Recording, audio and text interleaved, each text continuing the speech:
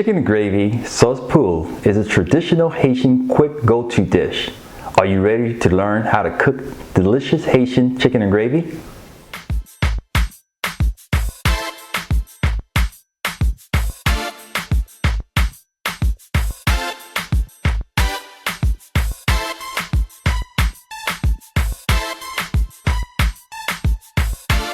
Welcome to Dinner Ideas for the Haitian Cook. I'm Samuel Valmet, author of Dinner Ideas for the Haitian Cook. On our channel, we teach you how to cook easy, traditional Haitian recipes. If you're new to our channel, please make sure you click on the subscribe button, comment, like, and share this video with a friend, and also don't forget to click on the notification button to get updated on all our new content. You can find any of the links that I mentioned in this video and the recipe in the description below. Don't forget to stay to the end of the video to receive my bonus tips, so let's get cooking.